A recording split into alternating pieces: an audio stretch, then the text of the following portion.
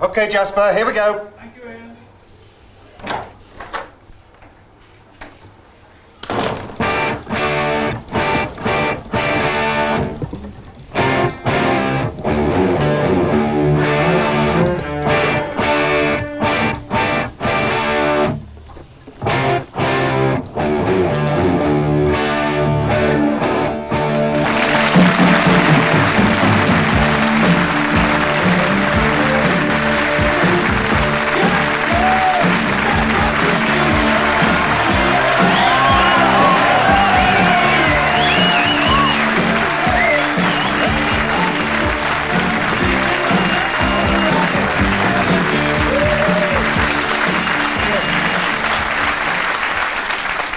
Thank you very much, thank you. Well, to start the show off on a high note, you'll be delighted to know that the royal family have found the perfect solution to the Edward and Marine's problem. They've sent in Princess Michael of Kent to finish the course for him.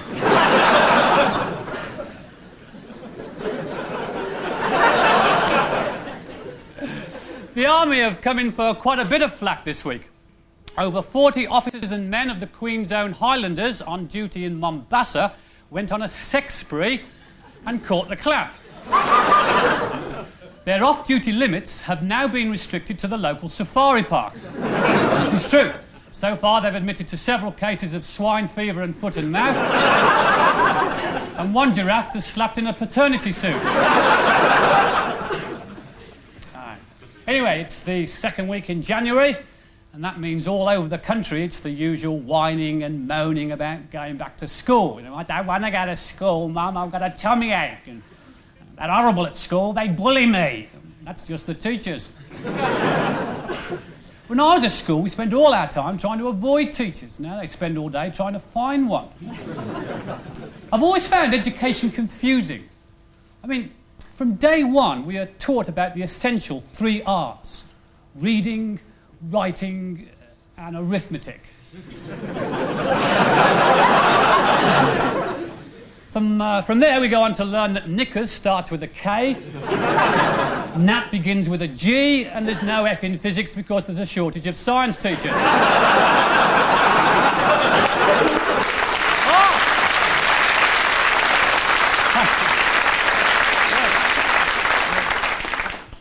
Now, you thought we would have improved with time and experience, but no. See, these days it's even more confusing.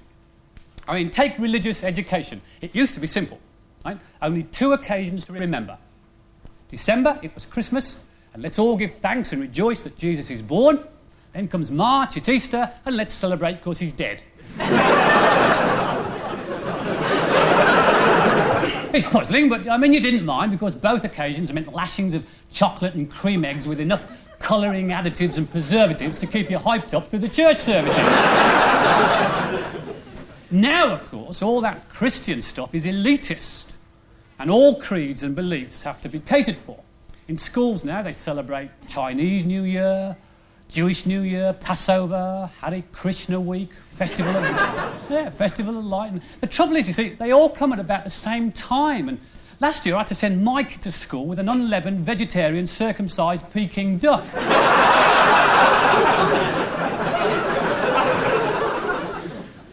And he couldn't eat that till sunset because it was Ramadan. To be the key word in education these days. No one is allowed to be better than anyone else. I mean, take GCSE examinations, for instance. It's like a Reader's Digest raffle. I mean, you know, everyone who enters gets a prize. And no matter how incompetent you are, you get a pass.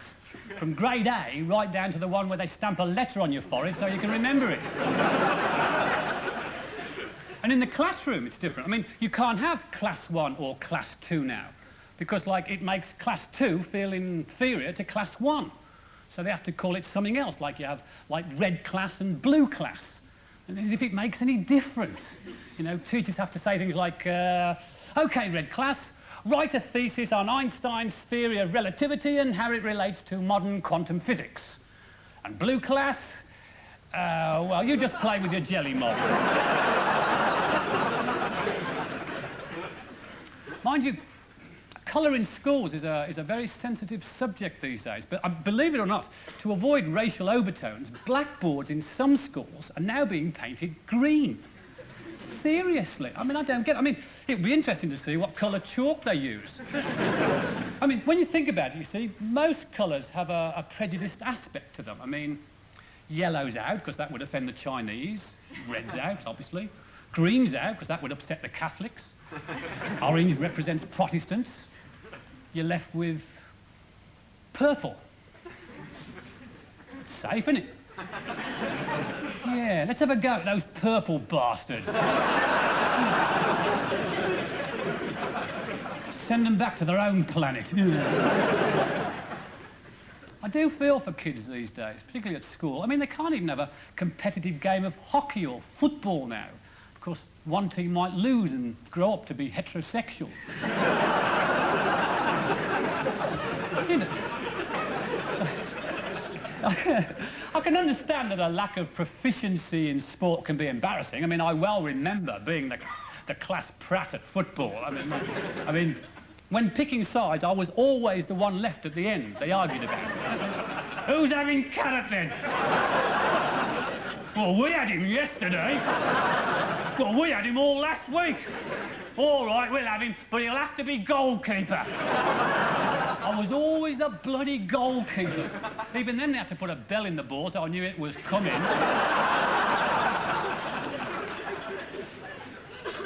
But all that competitive element is being phased out now in the new trendy approach, you know. I mean, oh, sure, you get the odd egg and spoon race, you know, as long as it's a free-range egg. But what I can't understand is that how come it's the left-wing councils that discourage all the competition, yet it's the Eastern Bloc countries that win all the gold medals? I mean, well, how often have you seen an East German or a Russian slowing up at the tape coming, "Come on, everybody! Let's all cross the line together!"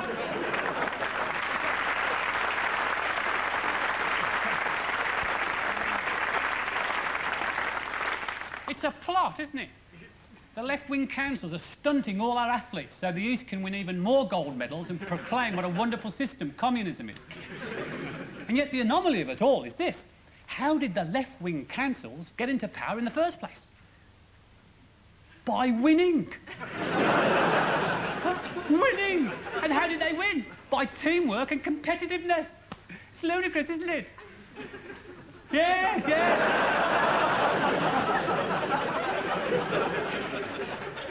You see, that's why I think there's so much talk about sex education in school these days.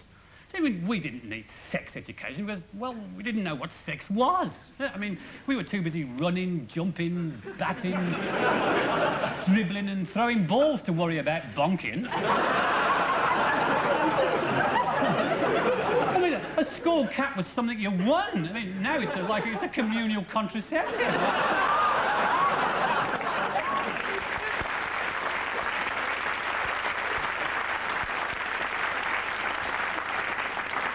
I mean, nowadays, like a dad sits his son on his knee and says, "I want to talk to you about sex." And the kid says, "Yeah, what do you want to know?" Then there seems to be this exuberancy to teach them all about gay sex. I mean, I understand the need to explain there's such things as homosexuality and lesbian, but I mean, I'm sure in the present climate, kids must think it's a compulsory exam subject. I mean, is this a ploy by the councils to get round government cutbacks, I ask myself? I mean, stamp out heterosexuality completely, and eventually there won't be any children and they won't have to spend millions on education. I wonder if that's what they mean by a classless society. Mind you, it could have its advantages, I suppose. I mean, at least we'd be spared books like Jenny Lives with Eric and Martin. It'd be interesting to see how Jenny copes with it all. You know, there she is in bed in the morning between the two of them going, "Daddy, Daddy, can we go to the zoo today?" And Eric going, "Oh, I don't know, ask your father." 10-mile run, wading through freezing rivers in the middle of winter, crawling through mud, marching across barren mountains in Arctic snow. To find out if you're suitable for this kind of life, there'll be a series of tough and demanding interviews with your father. And if he says you're in, you're in. the Marines. Wouldn't you want the hell out of it too?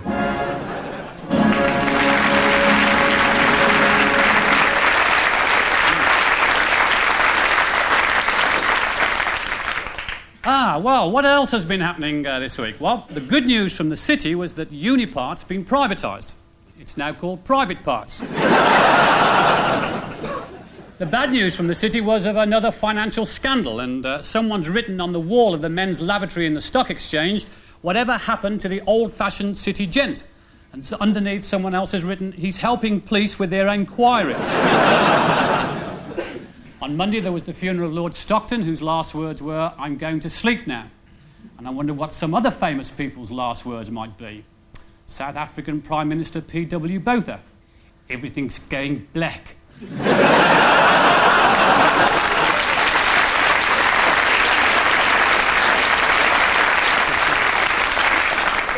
How about Oliver Reed? "Forget the tonic, there isn't time."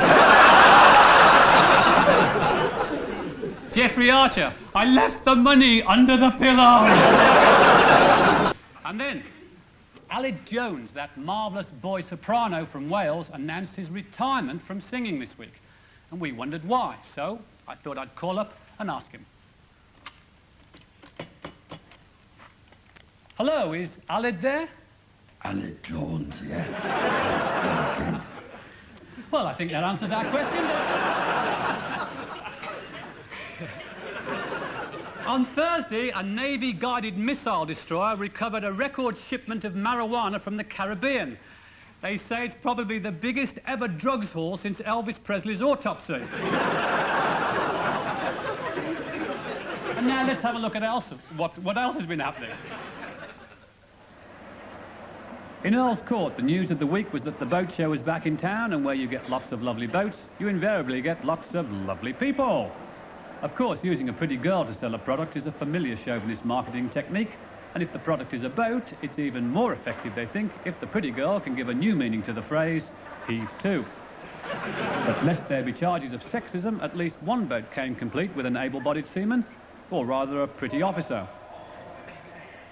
whilst the inflatables had their models as well. Yes, there's something for everybody at this year's boat show. Yes, there's something for everybody at this year's boat show.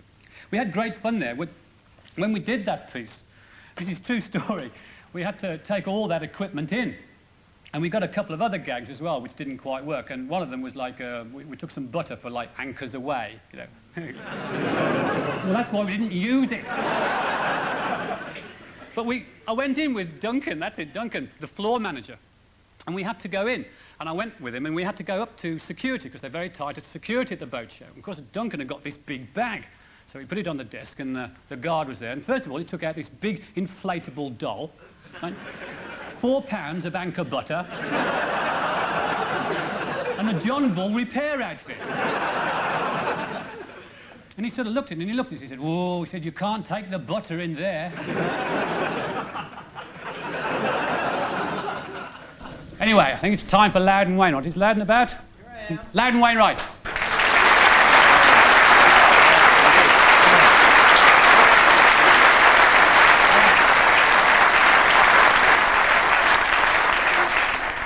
What sort of week has it been for you, Loudon? I've been working real hard, Jasper. I read the newspapers every day, though. I've got to keep up with what's happening. You know, I saw this amazing thing. I cut it out. Look at this. An item in the paper. American customs have caught their first person trying to smuggle in British gin. Yeah. You know, folks, he might have gotten away with it if one of the officers hadn't noticed something suspicious in a bag of cocaine.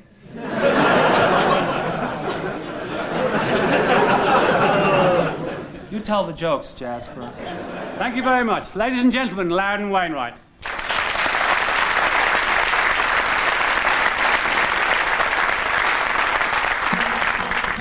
We're talking blues for you now.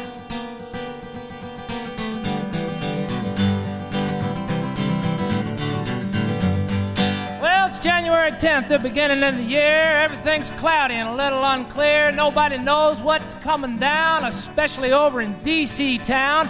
Talking about Washington, we got another scandal and a leader on the run. Yeah, the presidents had a hell of a week. They had another look and they took another peek. The president's had a hell of a time. They're checking him out in front and behind. He'll seem like a stranger to his nephew and his nieces. All that's going to be left are polyps and pieces. If I were you, I'd ride side saddle this weekend, Ron. Well, that's a little uncouth and slightly crass, but there's a posse that's after what's left of his ass. Because south of the border, they needed some funds. They sold rifles to a band of Iranians. But they didn't get the Congress okay. They just went ahead and did it anyway. Well, that's the American way. We're number one. It's got to be done. Want to buy a gun? Go for it.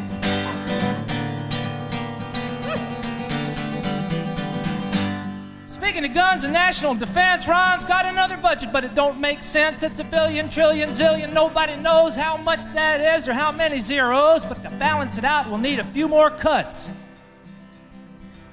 We'll be eating dog food and living in huts. Yeah, I'm afraid we're going to have to cut some of these social programs, you know, like daycare centers and decent housing and food for old people. Well, we don't want them bloodthirsty Nicaraguans taking over any of them car washes in Santa Barbara, California.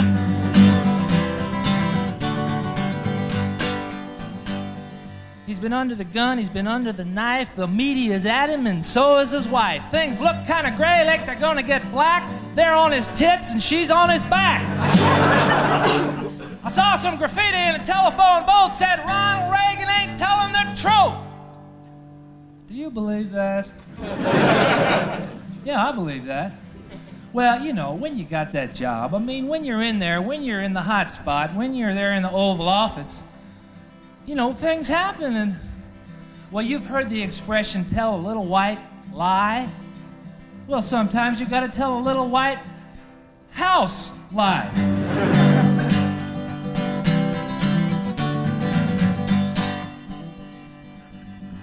Well, we got another election coming in '88, and the Republicans need somebody that's really great. We need somebody in there really good. We need somebody cool like Clint Eastwood. Charles Bronson for a running mate, and Chuck Norris for the Secretary of the State. Just to keep things real intense, we'll have Sylvester Stallone as the Secretary of the Defense. Yeah! Rambo City.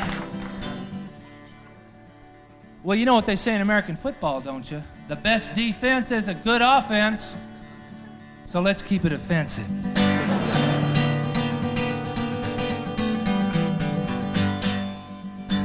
Well, if Reagan's lucky, he'll have 2 more years. I heard Thatcher wants to have an election over here. Now, I'm not in a position to take a side. I mean, y'all vote for your ticket and to take you for the ride. But if you find yourself in a situation that's hot to handle and you having a political scandal, well, there's just one thing I'd like to say. Why not fix it the American way? Hey, hey, hey. Here's what you do. When you get into trouble, the first thing you do is you always plead the Fifth Amendment because, well, when you're in trouble, that's always a good thing to do. I mean, you know, you're always innocent until they catch you red-handed.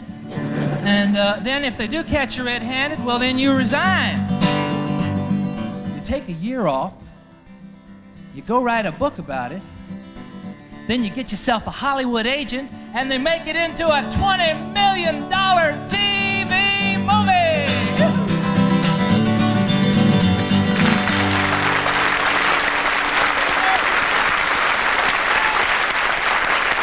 Months now, we've been hearing about the great North-South divide. It's been in the news this week.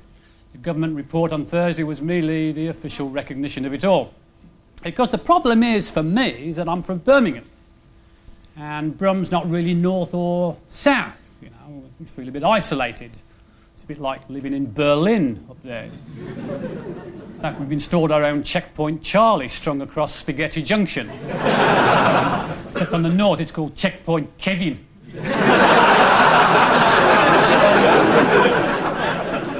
On the south, it's Checkpoint Jeremy. Oh.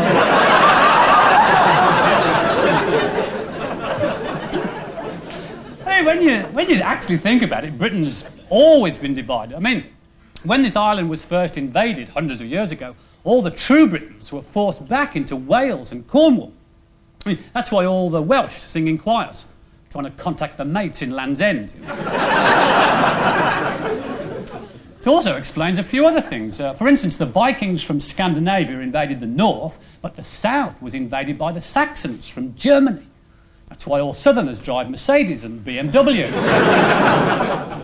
And that's why they don't say yes in the south. They say, yeah, yeah. And just to complicate matters, in 1066, the French landed in Hastings, and they all settled in the south as well, which is why French and the home counties have so much in common. The people are rude, you can't get any decent beer, and they speak English with a funny accent. Well, you do, don't you? I mean, where else in the country can you drink cake? Or shove cake up your nose? What effect did the Vikings have on the north with all those pre-Christian gods like Thor, Odin, Geoffrey Boycott? Some 1,200 years ago now, the Norsemen came and gained control and went burning and pillaging, destroying, laying the entire north to waste. I think they're still in power, actually. But the whole two-nation divide problem must be one gigantic headache for any government. I mean, of course, it all comes down to work. The government report states that 94% of job losses are in the north, which accounts for the present drift south of the workforce. People have traditionally made their way down south to find fame and fortune. Dick Whittington came to London expecting to find the streets paved with gold. Probably why they called him Dick.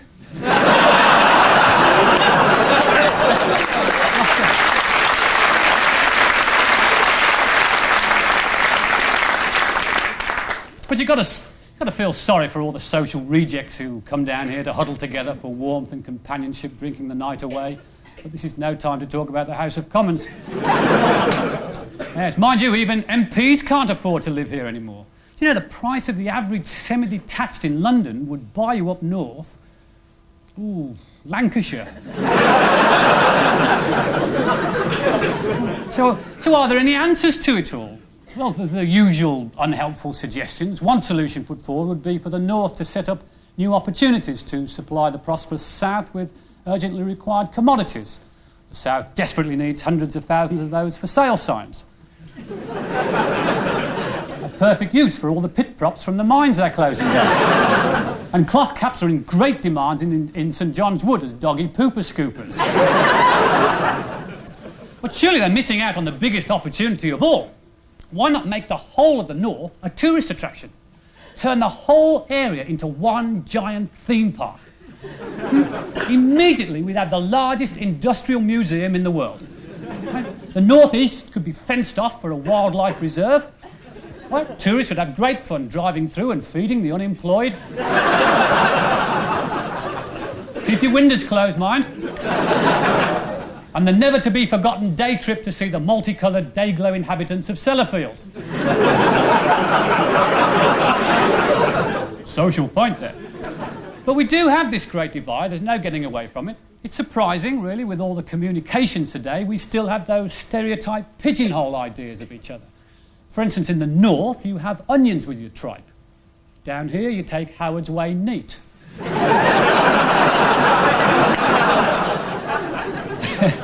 In the south, you have jacuzzis, right? In the north, we have to make do with a bath and a curry.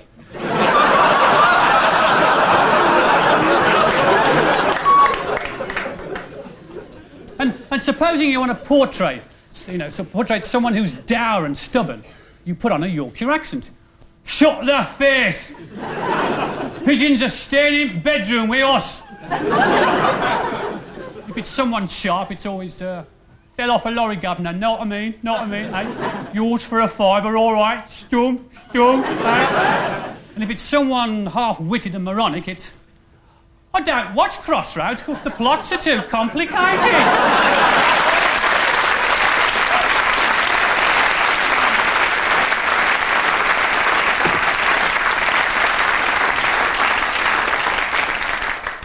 But where will it all end? Could it be the unthinkable? A civil war. Can you imagine a civil war? Let's see how that would turn out. Thank you. Here's a BBC news flash. Apparently hostilities have broken out in Yorkshire, and the BBC's man on the spot is waiting to talk to us now. Tell me, John, what's going on up there? The country is on the verge of civil war. The trouble started when a couple from Surrey, travelling north to go grouse shooting in Scotland, were kidnapped in Yorkshire and held hostage. The kidnappers are believed to be members of the North of Watford tendency, better known as Knout. What are their demands, John? Well, Jasper, their demands are pretty ludicrous. They want £1 million, a villa in Barbados, and a job. The government has immediately given in to the first two demands, but there's no way they're giving them a job. Thank you. Things must be serious. The government have just dispatched Terry Waite up the M1. Excuse me. Hello? Thank you, Selina.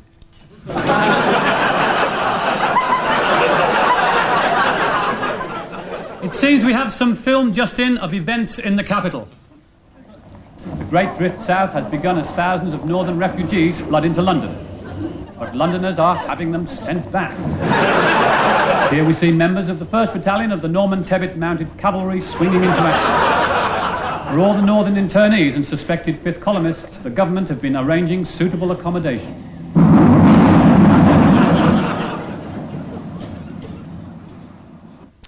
Well, seems like the first civil war since 1642 is underway.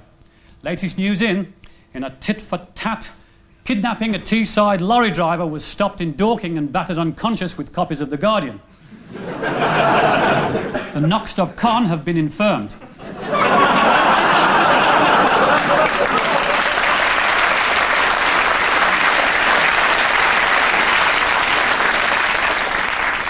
This whole situation is making big news around the world. Let's see what the Americans are making of it. Hi, Channel 8 Eyewitness News. And top story of the day, the roller skating ostrich of Idaho breaks a world record. We'll be catching that zany bird later, but first, Civil War in Britain, and over to Joe Hershey in London, England. Thank you, Bob. I'm here in London, capital of class-ridden Britain, where the yuppies and yumpies are sharpening their city umbrellas to repel an invasion of non-working classes from the Northern Territory. As many have long suspected, Britain really does consist of two nations, stagnation and domination. The whole of the mother country is plunged into civil war, and knowing the English, it will be an extremely civil war. Last time, it was Roundheads versus Cavaliers. This time, the Roundheads are driving Cavaliers. Parallels are being drawn between what's happening here and our own Civil War. The big difference is, in the American Civil War, the slaves were in the South. This is Joe Hershey, Eyewitness News, at the heart of the hostilities, returning to you, Bob, in the studio. Well, it sounds pretty wacky to us, Joe. But now back to our top story. That galloping gobbler, that roller skating ostrich who set the whole of America alight. Latest reports indicate that there is now a complete shutdown of both factories in the north. Owing to heavy censorship, we cannot bring you live pictures of the panic in the streets. But as the conflict worsens and northern forces advance, military experts are predicting that the first clash will take place at the junction of the M1 and the M25, where Alan Goodall reports. The M25 motorway, near the crucial intersection with the M1. And as you can see, preparations are underway to fortify this section of motorway near where the two of them join. For rumour has it that an advance raiding party of marauding Leeds United guerrillas, armed with sharpened slabs of Kendal mint cake, are on their way and will attack here at dawn tomorrow. Already, Toddington services have been overrun, and the victorious Northern rebels have celebrated their victory there by burning giant piles of muesli and nut cutlets. Already, all the nutritious organic foods have been replaced with black pudding butties, lard cake and tripe vol au vent. However, the Southern Young Conservatives are not taking this lying down, and along this section of motorway they're busy fortifying it with large speaker bins with which they're going to blast out Chris de Burgh's Lady in Red album at 4,000 decibels. And if you'll excuse me, I think they're just about to go for a sound check. Goodbye, Alan. Well, they do say that civil war produces the most inhuman atrocities. Reports are coming in of terrifying tortures being inflicted on Southerners taken prisoner in the North. Our reporter has smuggled us film of this horrifying ordeal in a ritual known as the Beer Hunter. A form of Russian roulette is played with full cans of Newcastle Brown. We should warn viewers that these scenes may be upsetting, especially to Barbican drinkers.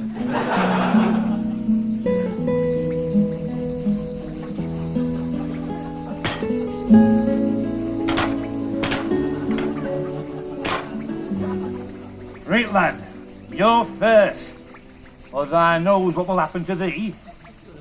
Yeah.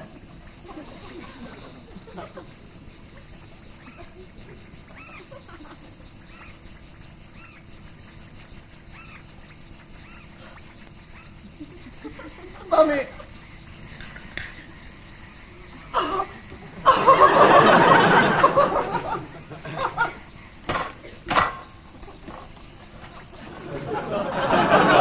Now thee, you effete southern bedwetter. Go on.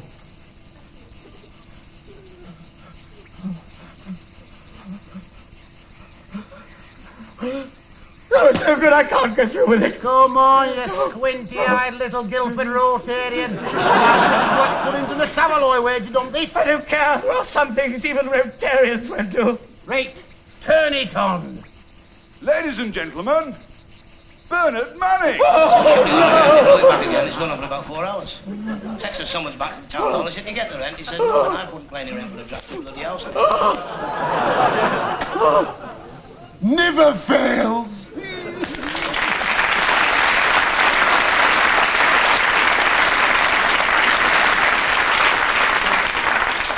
Sorry about that, but war is hell.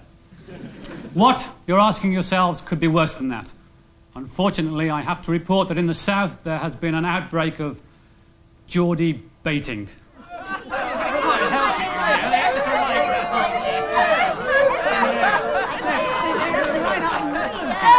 isn't he great? I'd like to take him home and mount him. Almost human, you know. Oh, do bait him, Henry. Bait him. Righto, Carrott. Is everybody ready? Yes!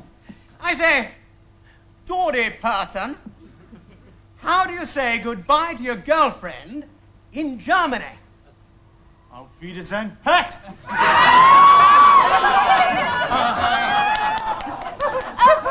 let Carrott go, please, Henry. Tell me, what do you spread on your bread? Real butter!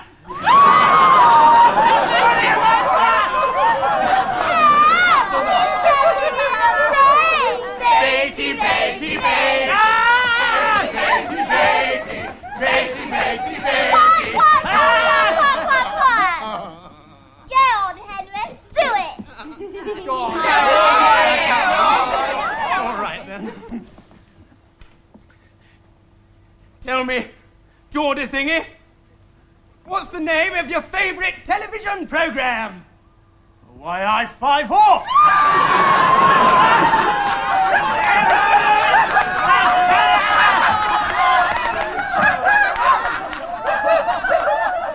Clearly a case for Amnesty International. Latest news seems to indicate that some sort of truce has been arrived at. Arthur Scargill has returned north after negotiations in London with the promise of peace work in our time.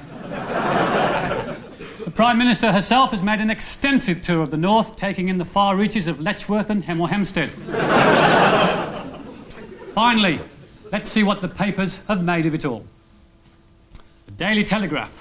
Civil insurrection between northern and southern forces. The Daily Mail. Civil war, north versus south. And, of course, the Sun.